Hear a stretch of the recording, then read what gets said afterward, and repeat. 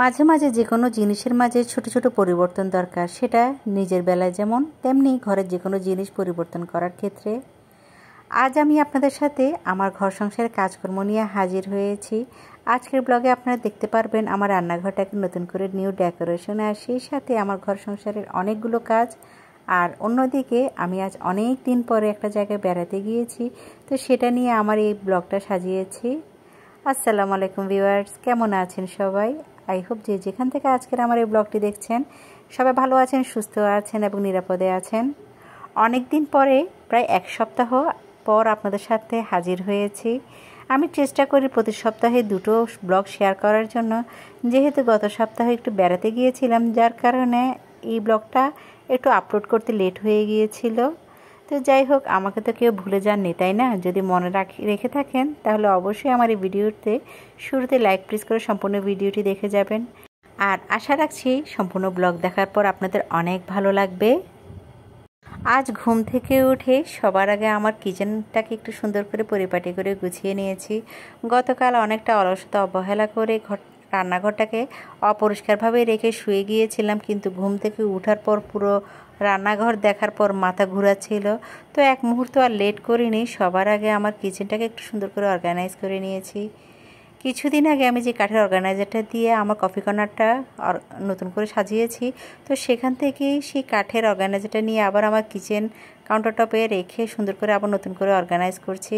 কেন জানি মনে হচ্ছে এই কিচেন কাউন্টারটপের মাঝে আমার এই শখের জিনিসগুলো দিয়ে রাখলে আমার থেকে যেমন ভালো লাগবে, তেমনি প্রতিদিনই কিন্তু রান্নাঘরের অনেক ভিডিও করা হয়, তো সেই কারণে আমি সুন্দর করে অর্গানাইজ করে রাখতেও সুবিধা হবে। আর ওই জন্য আমি খুব সুন্দর করে আমার কিচেন কাউন্টারটপটা নতুন করে অর্গানাইজ করে নিয়েছি। যেভাবেই করি না কেন, আমি যেমন পছন্দ করি এভাবে নতুন করে সাজাতে, তেমনি আমার আপুরাও আমার সাথে আমার রান্নাঘরের এই সকল জিনিসপত্রগুলো দেখতে বেশ লাইক করে। তো এখন যে নাস্তার আয়োজনটা দেখতে পাচ্ছেন সেটা হলো পরদিন সকালবেলা ফ্রিজে ফ্রোজেন পরোটা ছিল, তো সেই ফ্রোজেন পরোটাটা ফ্রিজ থেকে বের করে রেখেছি। আর কাঁচামরিচ ও ধনিয়া পাতা কুচি কুচি করে কেটে নিয়েছি। একটা ডিম দিয়ে এই পরোটাগুলো মিক্স করে একটা ডিম পরোটা বানাবো। তো এই ডিম পরোটাটা কিন্তু ঝটপটভাবে বানানো হয়ে যায় যদি ফ্রোজেন পরোটা বানানো থাকে। আর এদিক দিয়ে খুব চটজলদি করে নাস্তাটা বানিয়ে নিচ্ছি, কারণ এত ক্ষুধা লেগেছিল। তো এদিক দিয়ে সামান্য চিলি ফ্লেক্স আর সামান্য একটু করে লবণ দিয়ে ভালোভাবে একটু ডিমটা ফেটে নিয়েছি। আর এদিক দিয়ে একে একে আমি নাস্তাটা বানিয়ে নিচ্ছি। তো চলুন আমি আপনাদের সাথে কিছু দরকারি কথা শেয়ার করি। আমার প্রিভিয়াস দুটো ব্লগে আমার আপুরা আমার প্রত্যেকটা ভিডিওতে এত সুন্দর সুন্দর কমেন্ট করেছে, আর সেই সাথে এত সুন্দর সুন্দর উৎসাহ দিয়েছিল।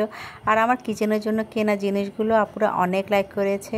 তো ভাবছি আমার এই ব্লগে আমি আপনাদের সাথে শেয়ার করব। আমি ওই যে কিচেনের জন্য যে নতুন কেনাকাটাগুলো করেছি সেগুলো প্রাইস সম্পর্কে বলে দিব।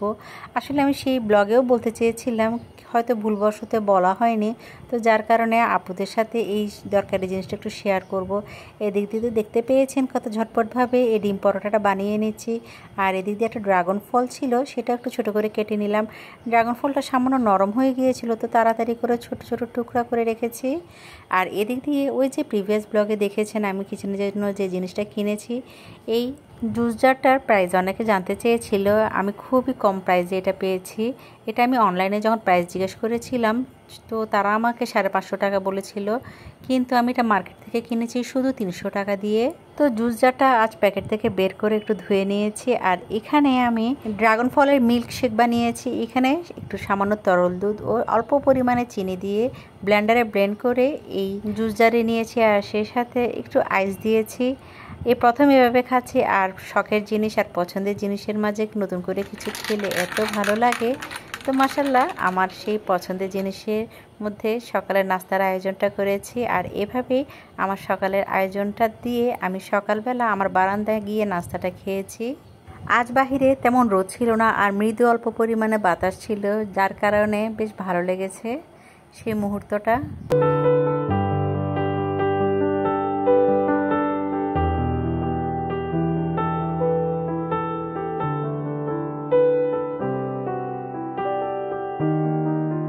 তো চলুন এখন আপনাদের সাথে খুবই দরকারি একটা জিনিস শেয়ার করি।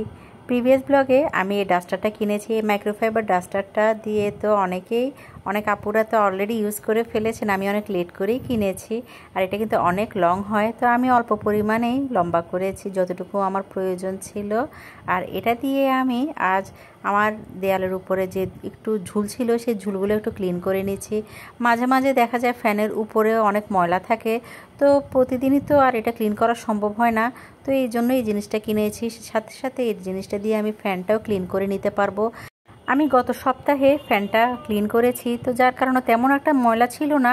হালকা পাতলা যে ধুলোবালি জমেছে সেটা আমি এই ডাস্টার দিয়ে একটু ক্লিন করে নিচ্ছি। আর এই ডাস্টারটার একটা সুবিধা হলো এটা বাঁকা করে ফ্যানের উপরের অংশেও আপনি ভালোভাবে ক্লিন করে নিতে পারবেন, ঠিক যেভাবে আমি করেছি। আর এই জিনিসটার প্রাইস নিয়েছিল আমার থেকে মাত্র 250 টাকা। তো গৃহিণী আপুদের জন্য কিন্তু এই সকল জিনিসগুলো খুবই দরকারি, স্পেশালি যে সকল গৃহিণীরা খুব সংসারের কাজকর্ম করতে পছন্দ করেন তারা কিন্তু এই স্মার্ট আইটেমগুলো ব্যবহার করতে পারেন। তো একা হাতে শুধু আমি এই ফ্যানটা নয়, আমার ঘরের অন্যান্য যে সকল ফ্যানগুলো আছে সেগুলো ক্লিন করে ফেলেছি, সবগুলো আর দেখানোর প্রয়োজন মনে করিনি। আর এদিক দিয়ে ফ্যানের এই উপর অংশে যে তারটা থাকে না, সেটা আমার সব সময় ক্লিন করতে হয়। এর কারণ হলো, সব সময় নয়, 2 থেকে 3 দিন পর পরই ক্লিন করতে হয়। এর কারণ হলো এর মধ্যে অনেকটা ধুলোবালি জমে, তো যার কারণে সবসময় উপরে উঠে উঠে এটা ক্লিন করা অনেকটা ঝামেলা হয়ে যায়। নিজের সুবিধার জন্যই এই ডাস্টারটা কিনেছি। আর এদিক দিয়ে যে ধুলোবালি পড়েছিল উপর থেকে সেজন্য আমি এই ডাইনিং টেবিলটা একটু ক্লিন করে নিচ্ছি। একা হাতের কাজ একটু যদি সুন্দর করে গুছিয়ে করা যায় তাহলে দেখবেন সময়ের সাথে সাথে সকল কাজগুলো করে ফেলতে পারি। আর এই যে সংসারের এই সকল ছোট ছোট কাজগুলো নিজ হাতে করে নেওয়ার চেষ্টা করি। গত 3 থেকে 4 দিন আমি সংসারে যে সকল কাজকর্মগুলো করেছি তারই প্রত্যেকটা ক্লিপ নিয়ে আমি এই ব্লগটা আজ রেডি করেছি। তো যার কারণে এক এক সময় এক একটা কাজ করাতে আমার সংসারের অনেকগুলো কাজ আমি করে ফেলতে পেরেছি। তো এদিক দিয়ে ডাস্টারটা ভালোভাবে ক্লিন করে যে উপরে পাতলা ডেস্কটপটা আছে সেটাও একটু মুড়িয়ে রেখে দিয়েছি। আর এভাবে পুরো ডাইনিং রুমটা, লিভিং রুমটা আর আমার বেডরুমটাও ক্লিন করেছি, সেগুলো আর শেয়ার করিনি। এদিক দিয়ে কিছুদিন আগে যে বাজারগুলো করেছিল তখনই হলুদ ও মরিচ আনা হয়েছিল। এখানে 2 কেজি হলুদ আর 4 কেজি লাল মরিচ ছিল, সেগুলো ভালোভাবে রোদে শুকিয়ে মশলাগুলো বাজার থেকে গুঁড়া করা হয়েছিল। আর এভাবেই আমি মশলাগুলো দীর্ঘদিন সংরক্ষণ করে রাখি বড় বড় যে সকল জারগুলো আছে সেগুলোর মধ্যে। এই মরিচগুলো বাজার থেকে আনার পর ঠান্ডা হয়ে যাওয়ার পরে এই রেক্সিনের মধ্যে রেখে এই কন্টেনারের মধ্যে রেখে দিয়েছি। আর এভাবে কন্টেনারের মধ্যে রেখে মুখটা বন্ধ করে রাখলে আপনার এই সকল মশলাগুলো দীর্ঘদিন ভালো থাকবে আর বাতাস ধরে যাবে না। এভাবেই আমি সবসময় হোমমেড যে মশলাটা আমি নিজে রেডি করি সেটা দিয়ে তরকারিগুলো রান্না করার চেষ্টা করি। তো এটা হলো তার পরদিন যখন আদা শেষ হয়ে গিয়েছিল, আদাগুলো ব্লেন্ডারে ব্লেন্ড করে এই আইস বক্সের মধ্যে রেখে দিচ্ছি। সংসারের কাজ একা হাতে এভাবে গুছিয়ে করলে সুন্দর করে দেখবেন সময়ের সাথে সাথে সকল কাজ সুন্দর করে আমি অর্গানাইজ করে রাখতে পারি। আর এই আদাগুলো যখন শক্ত হয়ে যাবে তারপরে আমি এই আইস বক্স থেকে বের করে আমার কাছে যে জিপলক ব্যাগ আছে সেটার মধ্যে গুছিয়ে রাখবো। আমি এর আগেও আপনাদের সাথে এই জিনিসগুলো শেয়ার করেছি। তো যাই হোক, একা হাতে অনেক কাজই করেছি যেটা দেখতে পেয়েছেন। আর এখন আপনাদের সাথে যেটা শেয়ার করছি, গত শুক্রবার আমি এই কেকটা ডেলিভারি দিয়েছি। এখানে 3 পাউন্ডের একটা কেক ছিল। আর এই কেকটা একটা বার্থডে কেক, আর এটা আমাদের একজন রিলেটিভ অর্ডার দিয়েছিল। সে চট্টগ্রামের সীতাকুণ্ড থেকে এসে আমার থেকে এই কেকটা নিয়ে গিয়েছে। তার ছেলের জন্মদিন ছিল আর পরিচিত হওয়ার কারণে একটু বড় করেই আমি কেকটা বানিয়েছি। কিছুদিন আগে আমার ছেলের জন্য যে কার্থিম কেক বানিয়েছি, তো তখনই আমার ভাসুরের ছেলে দেখে পছন্দ করেছে। তো আমার ভাসুর সাথে সাথে আমাকে অর্ডার দিয়েছিল 15 থেকে 20 দিন আগে। তো সুন্দর করে কেকটা এভাবেই বানিয়ে ওনাকে দিয়ে দিয়েছি। আর এদিক দিয়ে দুপুরে চলে এসেছি রান্নাবান্নার জন্য।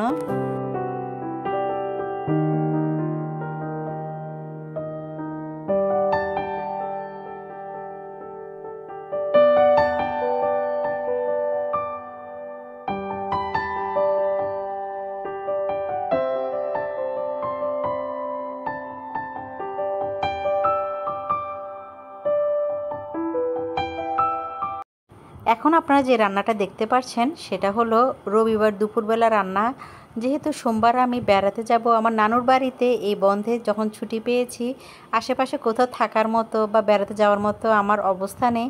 তো হঠাৎ করে আমার ছেলেদেরকে নিয়ে, আমার আম্মুকে নিয়ে আম্মুর বাবার বাড়িতে মানে আমার নানুর বাড়িতে ঘুরতে যাব। সেজন্য রবিবার দিন দুপুরবেলা একটু বেশি পরিমাণে রান্না করেছি, যেহেতু আমার হাজব্যান্ড আমার সাথে যাবে না, তো যার কারণে একটু বেশি করে রান্না করে গিয়েছি তার জন্য। আর এদিক দিয়ে একে একে আমি সকল তরকারিগুলো রান্না করে রাখছি। প্রথমে রান্না করেছি আইড় মাছ দিয়ে আলু দিয়ে, তারপরে চিংড়ি মাছ ভাজি করছি। আমি সোমবার দুপুরবেলা নানুবাড়ি গিয়েছিলাম আর বুধবার ঠিক সকালবেলা চলে এসেছি। দীর্ঘ 10 বছর পর নানু বাড়ি যাব, সেজন্য বেশ খুশি লাগছে। আর চারদিকে তো বন্ধ, এখন তো আর টুরিস্ট স্পটগুলো যাওয়ার মতো অবস্থা নেই, সেজন্য ভাবছি মাকে নিয়ে একটু ঘুরে আসি। অনেক দিন পর নানুর বাড়িতে যাব, তো এত খুশি লাগছিল। আসলে নানু বাড়িতে যখন যাব বলছিলাম তখন থেকে সে ছোটোবেলার কথাগুলোই মনে পড়ছে। ছোটোবেলায় অনেক মজা করেছি। আসলে আমরা মেয়েরা বিয়ের আগে কত জায়গায় না ঘুরেছি, তাই না? আর কত জায়গায় আমরা বেড়াতে গিয়েছি, কিন্তু সংসারের চাপে পড়ে আমরা এখন আমাদের সে খুশির এবং পছন্দের জায়গাগুলোতে যেতে পারি না। আর গেলেও অনেক ঝামেলা হয়ে যায়, যেমন আমার বেলায় হয়েছে। প্রথম যেতে পারতাম না, কারণ আমার ছেলেরা ছোট ছিল সেজন্য। তো এখন আমার ছেলেরা তো এখন অনেকটা বড় হয়েছে, তো সাহস করে বের হয়ে গেলাম মাকে নিয়ে নানু বাড়িতে যাওয়ার জন্য। তো ভাইয়ার পার্সোনাল গাড়ি করে আমি চলে গিয়েছি আমার আম্মুকে নিয়ে। তো অনেক দিন পরে যখন যাচ্ছি আমার ছেলেরা তো এত খুশি, কারণ আমার ছেলেরা আজ প্রথম যাচ্ছে আমার নানুর বাড়িতে। আর আমার নানুর বাড়ি হলো চট্টগ্রামের বাঁশখালীতে।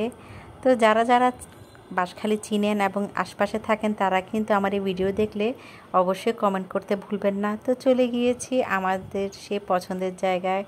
ওখানে গিয়ে সবচেয়ে পছন্দের জায়গা হলো আমার এটা।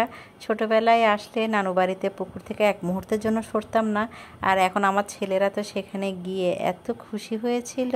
প্রতিটা মুহূর্ত সে ছোটোবেলার কথাই আমাকে মনে করে দিচ্ছে। আর সেই সময় তো আমার নানা নানুও জীবিত ছিল। এটা ছিল আমার নানা নানুর ঘর, মাটির ঘর, যেখানে আমার নানা নানুরা থাকতো। কিন্তু এখন তো কেউ আর বেঁচে নেই, তো এই ঘরে আর কেউ থাকে না, সবাই বিল্ডিংয়ে থাকে। পাশেই আমার মামা মামিরা সবাই ঘর করেছে। তো এই বিল্ডিংয়ের মাঝে সবাই থাকে এক একজনে এক একভাবে। তো গিয়ে তো বেশ ভালো লেগেছে, কারণ অনেক মামারা কিন্তু তখন বাড়িতে গিয়ে এখনও পৌঁছায়নি, আমরাই তার আগে চলে গিয়েছিলাম। অনেকে শহরে থাকে, শুধু বন্ধের মধ্যে মাঝে মাঝে তারা সেখানে যায়। তো গিয়ে তো এতই আবেগ আপ্লুত, সত্যি বলতে কি আমার থেকে বেশ ভালো লেগেছে। আর সেই ছোটোবেলার কথা, এখানে কত দৌড়াদৌড়ি করেছি, কত মজা করেছি, সেগুলো শুধু চোখে ভাসছে। তো আমি তো জানি না এখন পর্যন্ত কে বা কারা আমার এই ভিডিওটি কন্টিনিউ করছেন। যদি ভালো লেগে থাকে অবশ্যই একটি লাইক প্রেস করতে ভুলবেন না। আর সেই সাথে আমার এই ভিডিওটি যদি প্রথম ভিজিট করে থাকেন তাহলে প্লিজ সাবস্ক্রাইব করে পাশে থাকা অল বেল বাটনটি প্রেস করে রাখবেন। আর এই কাজগুলো যারা করে ফেলেছেন সকলকে অসংখ্য ধন্যবাদ জানাচ্ছি। এদিক দিয়ে আমার মামা আমার ছেলেদেরকে নিয়ে পুকুরে গোসল করছে আর তাদেরকে সাঁতার শেখাচ্ছে। আমার ছেলেরা তো এত এক্সাইটেড ছিল, আসলে সেই মুহূর্তটা সত্যিই অনেক খুশির ছিল। এদিক দিয়ে যে ঘরে গিয়েছি সে মামার ঘরটা একটু সুন্দর করে ভিডিও শেয়ার করছি আপনাদের সাথে। গ্রামের বাড়ি হলে ওগুলো কিন্তু গ্রামের বাড়ির মতন, পুরোটাই শহরের মতোই ছিল। তো এদিক দিয়ে বেশ ভালো লেগেছে। আর সেই সাথে সুন্দর সুন্দর করে আপনাদের সাথে একটু শেয়ার করার জন্য প্রত্যেকটা মুহূর্ত একটু ভিডিও করে নিয়েছি। আর এদিক দিয়ে আমার মামার সেই রাজহাঁস, পালা রাজহাঁস, এটা এই রাজহাঁসগুলোর কাছে গেলে এত দৌড়ানি দেয় আমাকে, একটু দূরে থেকে শ্যুট করেছি। এদিক দিয়ে আমার ছেলেদের পছন্দের বিরিয়ানি, সেজন্য মামি ওদের জন্য একটু বিরিয়ানিও রান্না করেছে। বলতে পারেন মামি একা হাতে আমাদের জন্য অনেক আয়োজন করেছে। আম্মুকে তো পেয়ে ওরা এত খুশি হয়েছিল। তো যাই হোক, অনেক সুন্দর একটা মুহূর্ত কাটানোর পরে চলে এসেছি আমাদের ঘরে। তো আজ এখানে রাখছি, দেখা হবে নেক্সট ব্লগে। সবাই ভালো থাকবেন, সুস্থ থাকবেন। আল্লাহ হাফেজ, আসসালামু আলাইকুম।